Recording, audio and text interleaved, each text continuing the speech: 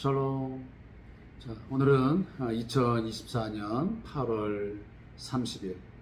이제 내일이면 8월도 저물어 갑니다.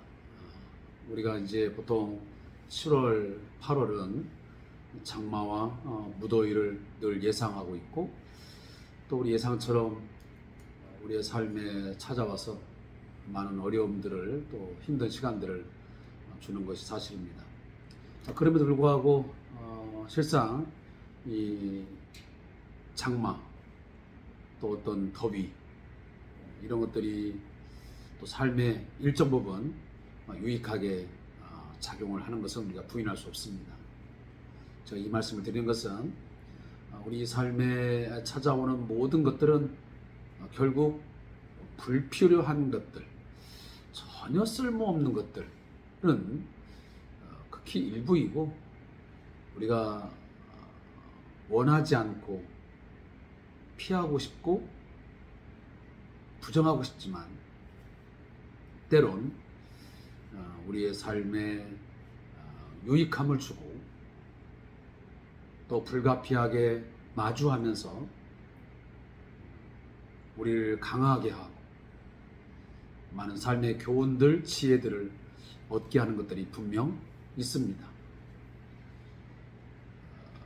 그런 걸 볼 때 모든 사람들이 그러한 것들을 당하고 만나지만, 또 마주하지만,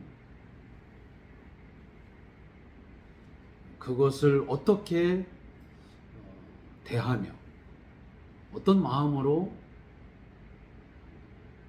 그 시간과 그 사건들, 그 일들을 마주하냐에 따라서 긍정과 부정, 또 악영향과 또 유익함, 이런 것들은 갈라지는 것 같습니다. 마음의 자세가 그만큼 중요하다라는 이야기를 제가 애둘러 말씀을 드리는 것입니다. 사랑하는 성도 여러분, 지난 8월 한 달 동안 주 안에서 저와 함께 말씀을 잘 묵상해 주고, 또 하나님께 기도하시면서 살아온 삶, 내일 잘 마무리하시고, 주일날은 9월의 시작이자 또 한 주간의 시작을 1일부터 시작합니다. 참 의미 있는 굉장히 드문 그런 신뢰인 것 같습니다. 아무쪼록 이제 가을을 우리가 만나게 되고, 가을의 문턱에 와 있음을 요즘 아침 저녁으로 느끼고 있습니다. 좋은 계절, 우리 천고마비의 계절이라고 그러죠. 또 그런 계절을 앞두고 우리 같이 기도하면서 준비했으면 좋겠습니다. 자, 오늘은 이 주삼교재 249페이지를 펼쳐서 보시면서 수목금 해당되는 것들을 함께 말씀을 읽겠습니다. 사도행전 28장 1절부터 23절까지의 말씀을 함께 묵상하게 됩니다. 기도하겠습니다.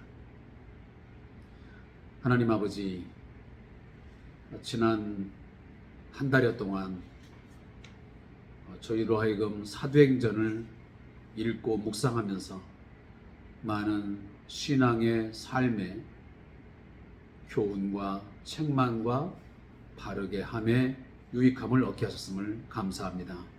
하나님, 장마 속에서, 무더위 속에서 우리의 건강과 안전을 지켜주셔서 감사합니다. 모든 것 하나님의 은혜인 줄 알고 감사하며 새로운 달 9월 또 가을을 준비하는 저희가 되게 해 주옵소서. 예수님의 이름으로 기도합니다. 아멘. 자, 하나님 말씀은 사도행전 28장 1절부터 우리 같이 말씀 읽겠습니다. 날짜는 3일이지만 우리가 그렇게 성경은 길지는 않습니다. 28장 1절부터 23절까지 말씀을 같이 읽겠습니다.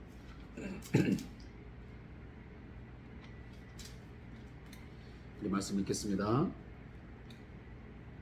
우리가 구조된 후에 안즉 그 섬은 멜리데라 하더라. 비가 오고 날이 참해 원주민들이 우리에게 특별한 동정을 하여 불을 피워 우리를 다 영접하더라. 바울이 나무 한 묶음을 거두어 불에 넣으니 뜨거움으로 말미암아 독사가 나와 그 손을 물고 있는지라. 원주민들이 이 짐승이 그 손에 매달려 있음을 보고 서로 말하되 진실로 이 사람은 살인한 자로다. 바다에서는 구조를 받았으나 공의가 그를 살지 못하게 하미로다 하더니 바울이 그 짐승을 불에 떨어버림에 조금도 상함이 없더라. 그들은 그가 붙든지 혹은 갑자기 쓰러져 죽은 줄로 기다렸다가 오래 기다려도 그에게 아무 이상이 없음을 보고 돌이켜 생각하여 말하되 그를 신이라 하더라. 이 섬에서 가장 높은 사람 보블리오라 하는 이가 그 근처에 토지가 있는지라 그가 우리를 영접하여 사흘이나 친절히 머물게 하더니 보블리오의 부친이 열병과 이질에 걸려 누워있거늘 바울이 들어가서 기도하고 그에게 안수하여 낫게 하매 이러므로 섬 가운데 다른 병든 사람들이 와서 고침을 받고 후한 예로 우리를 대접하고 떠날 때에 우리 쓸 것을 배에 실었더라. 석 달 후에 우리가 그 섬에서 겨울을 난 알렉산드리아 배를 타고 떠나니 그 배의 머리장식은 디오스고로라.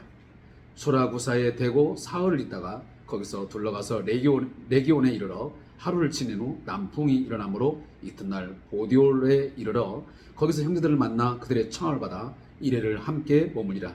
그래서 우리는 이와 같이 로마로 가니라. 그곳 형제들이 우리 소식을 듣고 암비오 광장과 트레이스 타베르네까지 맞으러 오니 바울이 그들을 보고 하나님께 감사하고 담대한 마음을 얻으니라. 우리가 로마에 들어가니 바울에게는 자기를 지키는 한 군인과 함께 따로 있게 허락하더라. 사흘 후에 바울이 유대인 중 높은 사람들을 청하여 그들이 모임에 이르되 여러분 형제들아, 내가 이스라엘 백성이나 우리 조상의 관습을 배척한 일이 없는데 예루살렘에서 로마인의 손에 죄수로 내준 바 되었으니 로마인은 나를 신문하여 죽일 죄목이 없으므로 석방하려 하였으나 유대인들이 반대하기로 내가 마지 못하여 가이사에게 상소하며 내 민족을 고발하려는 것이 아니라 이러므로 너희를 보고 함께 이야기하려고 청하였으니 이스라엘의 소망으로 말미암아 내가 이 수사슬에 메인 바 되었노라.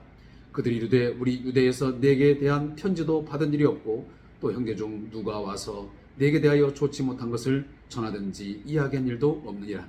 이에 우리가 너의 사상이 어떠한가 듣고자 하니 이 파에 대하여는 어디서든지 반대받는 줄 알기 때문이라 하더라. 그들이 날짜를 정하고 그가 유숙하는 집에 많이 오니 바울이 아침부터 저녁까지 강론하여 하나님 나라를 증언하고 모세 율법과 선자의 말을 가지고 예수에 대하여 권하니라. 예수에 대하여 권하더라. 그 말을 믿는 사람도 있고 믿지 않은 사람도 있어. 23절까지입니다. 제가 한 절을 더 읽겠습니다. 먼저 28장 1절부터 10절까지의 말씀의 중요한 사건은 독사에 물린 바울입니다. 자, 이 사건에 대해서 잠깐 요약해 보겠습니다. 자, 바울과 그 일행은 이제 멜리데 섬에 도착하여 원주민들이 융숭하게 대접하는 가운데 그들이 이제 그곳에 도착하게 되었습니다. 그런데 그 영접을 받아 환영하는 가운데서 독사가 바울을 무는 그런 사건이 발생하게 되었습니다. 그럼에도 불구하고 바울에게 아무 문제가 없자 원주민들은 바울을 사람이 아닌 신으로 생각을 하게 됩니다. 바울은 일행을 친절하게 환대한 보블리오의 부친이 병에 걸린 것을 보고 기도하여 낫게 하는 치유의 역사를 일으킵니다. 그러자 병자들이 나와 고침을 받고 바울 일행은 그곳에서 대접을 받고 떠나게 되는 그런 사건들이 오늘 본문에 기록되어 있습니다. 전체적으로 한번 다 같이 제목과 또 요약 내용을 보겠습니다.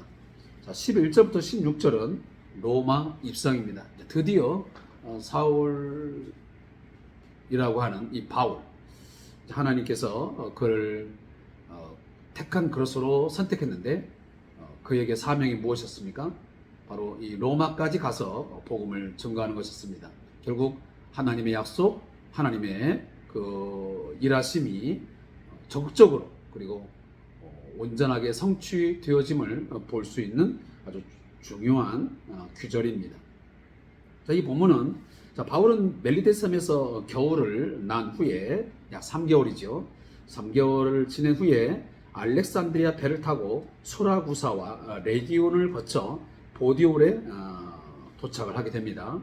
거기서 형제들을 만나 함께 로마로 가게 되고, 로마에서 형제들이 마중 나오고 바울은 이에 힘을 얻고 하나님께 감사의 기도를 드리는 내용이 나와 있습니다. 특별히 그가 이제 그곳에서 머무는 동안 한 군인이 지키는 조건으로 따로 있을 수 있게 되어지는 특별한 그런 자유의 혜택을 누리게 되는 것이죠. 보통 죄수는 2명이 지킵니다. 그런데 바울만큼은 군인 한 사람이 지키면서 이렇게 단독적으로 삶을 살 수 있는 그런 특혜를 얻게 된 것입니다. 자, 그리고 이제 17절에서 23절 말씀은 사도 바울이 이제 로마에 도착하여 먼저 바로 자신의 동족 이 유대 사람들을 부르게 됩니다. 유대 지도자들 앞에 선 바울이라는 것이 바로 17절 23절의 제목입니다. 이 본문은 바울은 유대 지도자들을 초청하여 자신이 왜 로마로 오게 되었는지 다시 한번 상세하게 설명을 합니다. 유대 민족을 고발하려는 것이 아니라 자신의 무죄를 보여주기 위함이고, 이스라엘의 소망 때문에 이런 일을 당한다고 그가 왜 여기까지 왔는지를 구체적으로 설명하고 있습니다. 자, 그곳에 모인 사람들은 날짜를 정해 바울에게 직접 듣기를 원하고, 바울은 하나님의 나라 그리고 예수에 대해서 증언하게 됐다라고 하는 것이 이제 23절까지 말씀의 내용입니다.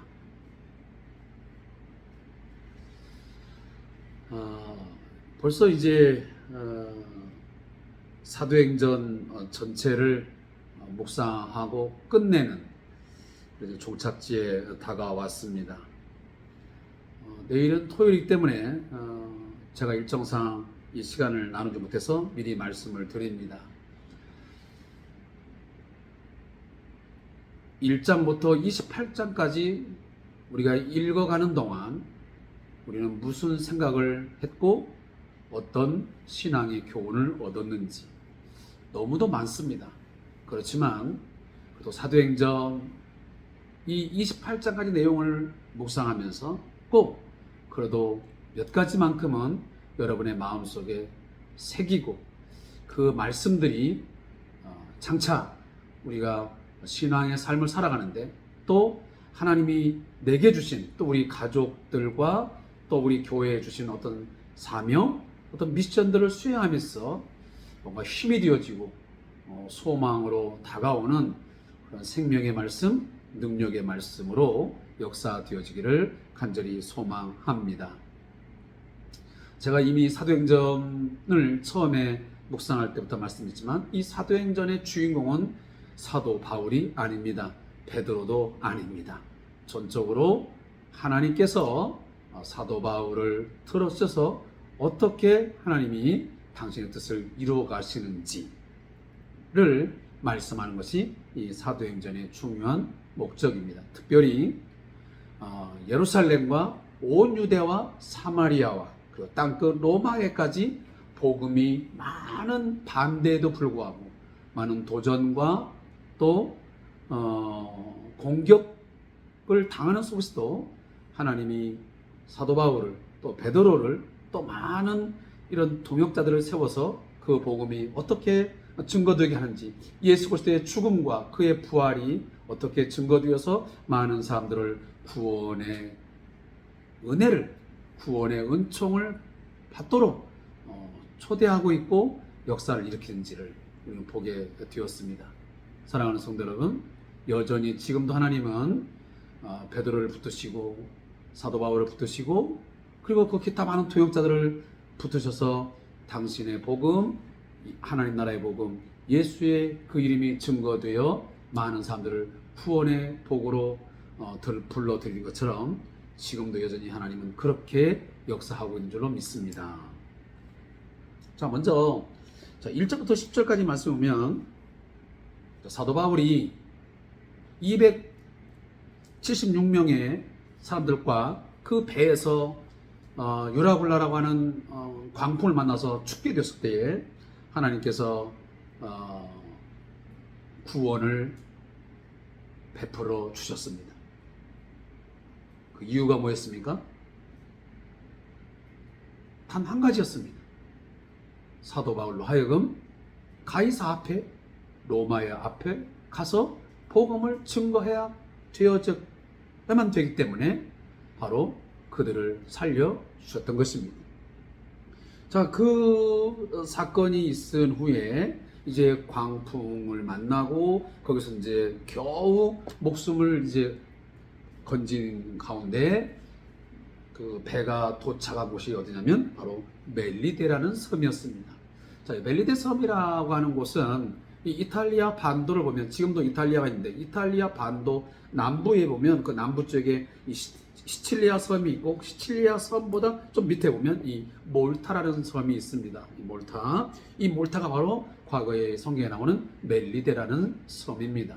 자, 몰타는 지금은 그 이탈리아 남부에 위치하면서 하나의 이제 나라로 위치를 하고 있습니다. 자, 이 몰타에 이제 와서 원주민들로 하여금 아주 큰 대접을 받습니다. 영성한 대접을 받습니다.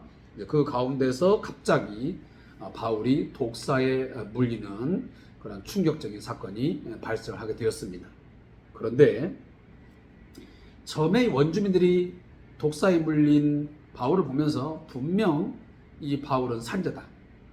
그러니까 이 보복하는, 그러니까 원수를 갚는 이 신, 자신들이 섬기는 신이겠죠. 그 신이 노하여, 그러니까 공의를 베풀어서 이 바울이 그동안에는 사람들에게서 구조도 받았고 또 바다에서 구도 받았지만 이제 우리의 공의의 신이 이 사람을 벌해서 결국은 독사에 물려서 죽는구나.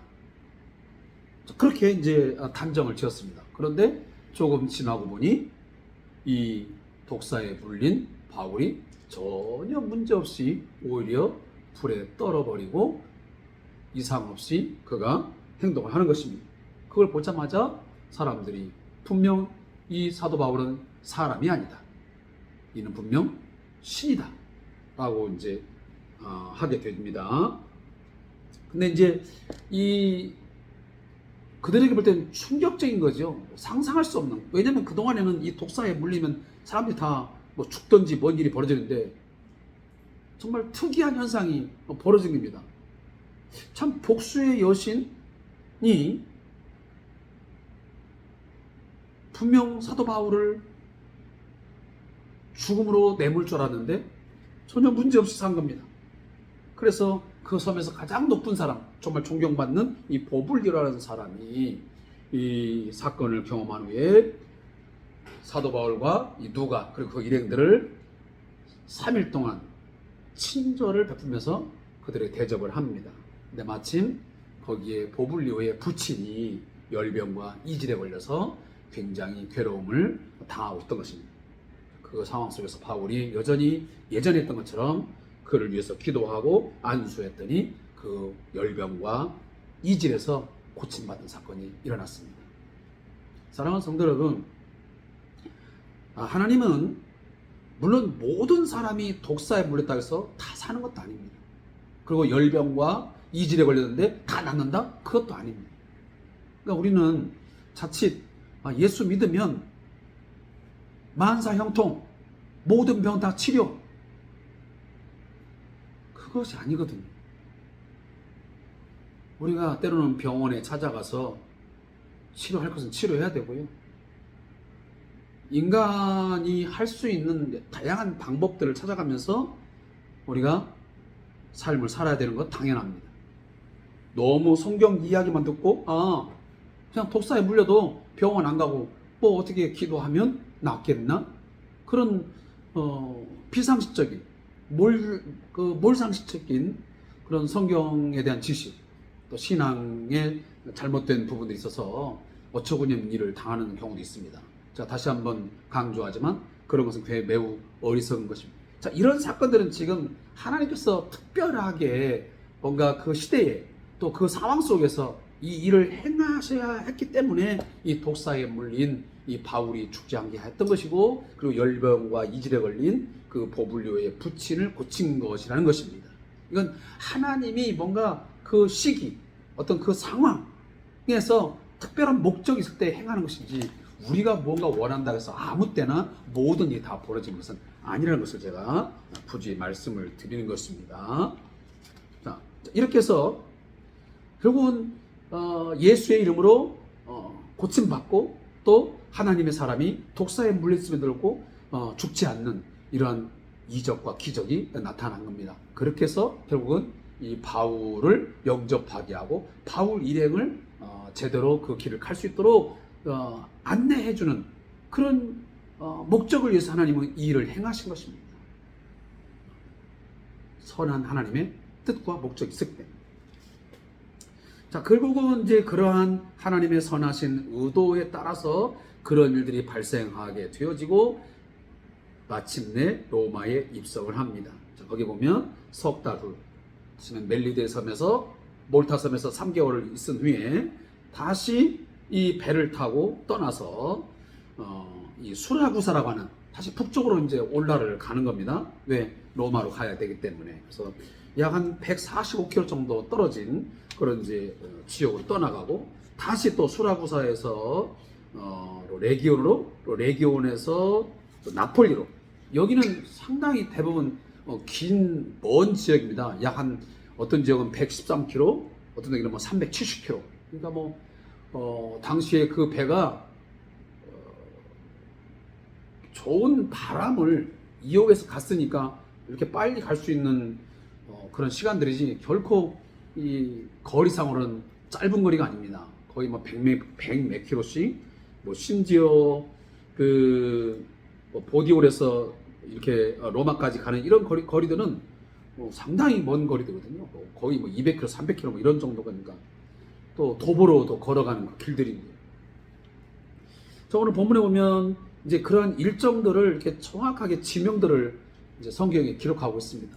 제가 지난번에 말씀드렸지만, 이렇게 성경 속에서 이런 지명들 또 인명들을 상세하게 나열하는 이유는 이 모든 사건들이 하나의 허무맹랑한 조작된 그런 소설적인 그런 이야기들이 아니고, 이것은 바로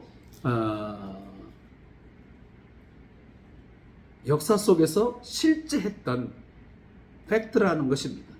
사실적인 사건이라는 것입니다. 그렇게 하나님은 실제적인 역사적인 그런 장소 또 사람들을 통해서 일하셨음을 분명하게 보여주고 있는 것입니다.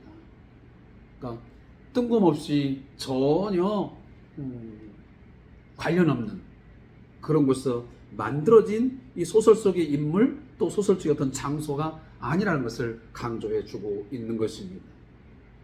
특히나 오늘 여기 로마에 들어가니 라는 말은 굉장히 우리에게 중요한 의미를 던져주고 있습니다. 왜냐하면 로마서 1장 11절에서 16절에 보면 사도 바울은 이미 로마서를 편지를 보내면서도 이 로마로 가야 된다고 하는, 로마에 가서 성도들을 만나야 된다고 하는 그런 강렬한 소망이 있었습니다. 그리고 하나님 앞에 기도했겠죠. 결국은 그 하나님의 의도하심 또 하나님의 계획하심이 결국은 이 말씀 속에서 성취, 완성되었다는 것을 오늘 본문이 우리에게 확실하게 말해주고 있습니다. 다시 한번 강조합니다. 하나님의 계획과 하나님의 뜻은 반드시 이루어짐을 믿으시기 바랍니다. 그리고 우리가 하나님 앞에 선한 목적, 선한 뜻을 세우고 기도하고 그 일에 매진하고 여러 가지 많은 환난과 역경과 또 반대가 있음에도 불구하고 끝까지 우리가 경주한다면 하나님은 그 사람을 통해서 그 일을 완성하시고 성취하실 것이 분명합니다. 우리는 이러한 믿음이 있어야 됩니다. 하나님께서 이 일을 시작하게 하셨고 이 일을 하나님께서 여기까지 인도하셨다면 마지막까지 당신의 거룩한 뜻을 이루신다고 하는 확실한 믿음이 있어야만 우리가 결코 중도에 포기하지 않고 좌절하지 않고 절망하지 않고 아주 엎드리지 아니하고 붙드시는 하나님의 손 붙들고 우리가 끝까지 완주할 수 있고 마지막 항구까지 도착할 수 있게 되어지는 것입니다. 오늘날 많은 사람들이 왜 중도에 탈락하고 중도에 포기하고 다 절망하여 주저앉는 것입니까? 그것은 처음 가졌던 소명의식, 처음 가졌던 하나님 앞에서의 어떤 그 첫사랑, 첫 마음들이 어느 날 이런저런 일들을 만나면서 약화되어지고 하나님의 계획과 하나님의 뜻이 점점 흐려지면서 포기하게 되고 주저앉게 됩니다. 이런 일이 발생하는 것입니다. 아무쪼록 오늘 저와 함께 이 말씀을 묵상한 모든 우리 성도님들은 오늘 이 사도 바울을 통해서 이 일을 행하신 하나님의 손길, 그리고 성령께서 어떻게 그의 입술을 통해서 말씀하게 하시고 그를 통해서 예수를 증거하게 하신지를 잘 깨달으면서 오직 우리를 통해서 하나님의 뜻을 이루어지기를 원하고 또 우리의 삶을 통해서 우리의 입술을 통해서 예수 그리스도가 증거되어지기를 갈망하는 그런 신앙의 삶이 꼭 있기를 간절히 소망합니다. 그리고 마지막은 17절에서 23절입니다. 이건 유대 지도자들 앞에 선 바울입니다. 오늘 사도 바울은 자신이 이 로마에 왜 오게 되었는지 그 필수 불가결한 이유를 말합니다. 이것은 원래는 로마인들은 나를 놓아주려 했다. 그런데 내가 여기까지 오게 된 것, 내가 가이사에게 상소하게 된 이유는 바로 유대인들이 반대했기 때문에 유대인 내 민족의 그 고소가 나를 여기까지 오게 만들었다. 그리고 그러한 것들이 연유가 되어서 내가 이제 가이사에게 로마 황제에게 내가 고발했기 때문에 이제 여기까지 내가 오게 됐다고 말을 합니다. 자, 이 말씀을 보면서 제가 한 가지 중요하게 깨닫는 건 뭐냐면 이런 거예요. 사도 바울도 그렇게 말하고 있지만 내가 지금 이 쇠사슬에 매여 있다. 나는 지금 쇠사슬에 매여 있다. 발도 죄수할잖아요. 발도 채우고 손도 채우고 채웠지만 내 몸은 채웠지만 그러나 무엇은 못 채워요? 하나님의 일하심 그리고 하나님의 그 복음이 증거되는 것은 막을 수도 너희들이 잡아맬 수도 없음을 말하고 있는 것입니다. 지금도 마찬가지입니다. 하나님은 어떤 사람을 잡아맬 수는 있을 것입니다. 어떤 특정 사람을 공격해서 그 사람을 주저앉을 수는 있을 것입니다. 그러나 그를 통해서 뭔가 하시고자 하시는 하나님의 일은 막을 수도 없고 어디다가 가둘 수도 없습니다. 하나님은 어떻게 해서든지 다른 사람을 통하든 다른 어떤 통로를 통해서든지 반드시 매이지 아니하고 그 복음이 증거되게 하고 그 일을 성취하시는 하나님이심을 오늘 제가 이 말씀을 보면서 다시 한번 깨닫는 것입니다. 그리고 오늘 23절에 보니까 사도 바울은 또다시 강조합니다. 그리고 그가 계속적으로 말하지만 그는 어떤 장소에서 또 어떤 그 기회가 주어질 때마다 하나님의 나라를 증언하고 그리고 예수를 증거하는 일을 그는 끊임없이 감당했습니다. 그래서 오늘 보면 아침부터 저녁까지 강론하여 하나님의 나라를 증언하고 모세의 율법과 선지자들의 말을 가지고 예수에 대하여 권하였습니다. 그러니까 하나님의 나라를 증언하고 예수에 대하여 권하는 것이 그의 가장 중요한 이슈요 사명이었어요. 자기 몸은 매여져 있고 자기 몸은 몹시 지쳐 있고 많은 억울함이 있고 힘든 삶이지만 그러나 그는 기회 있을 때마다 또 환경이 주어질 때마다 만나는 사람마다 그는 늘 끊임없이 하나님 나라를 전하고 그리고 예수를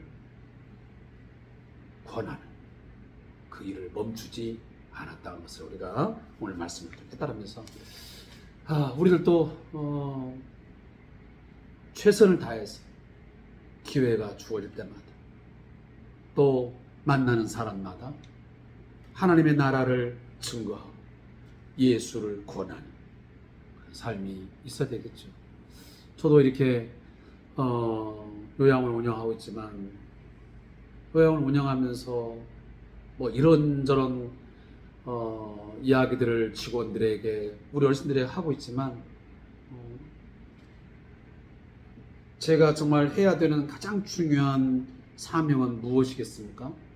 그것은 바로 하나님의 나라를 증언하는 것이고 예수님을 권하는 거예요. 예수 믿으세요. 예수님은 이런 분이십니다. 하나님의 나라가 있습니다. 하나님의 나라를 소망하십시오. 제가 이것을 증언하지 않냐고 이것을 권하지 않는다 하면 저는 삶에 의미도 없는 것이고 목적도 없는 것이고 요양원을 운영하는 의미도 없는 것이고 요양원을 운영해야 할 목적도 그건 분명 불분명한 것이고 뭔가 초점이 잘못된 것이다 라는 생각을 저는 분명히 합니다. 저도 그렇고 옆에 있는 우리 저희 아내도 마찬가지지만 일반 목회를 일반 교회에 가서 우리가 목회를 하진 않지만 그러나 여기에 작은 공동체 속에서 하나님 맡겨주신 우리 직원들의 지체들 또 우리 어르신들 한 분 한 분들에게 끝까지 하나님의 나라를 증언하고 그들에게 예수를 할 수만 있으면 어떤 분들은 종교 색채를 띠지 마라 뭐 이런저런 얘기하지만 저는 그런 부분들을 전체적으로 다 동의할 수는 없습니다. 여러분 불교 집단서 운영하고 원불교 집단서 운영하는 사회복지시설들 많은 여러저런 기관들이 있지만 종교색을 전혀 안 나타내냐? 그렇지 않더라고요.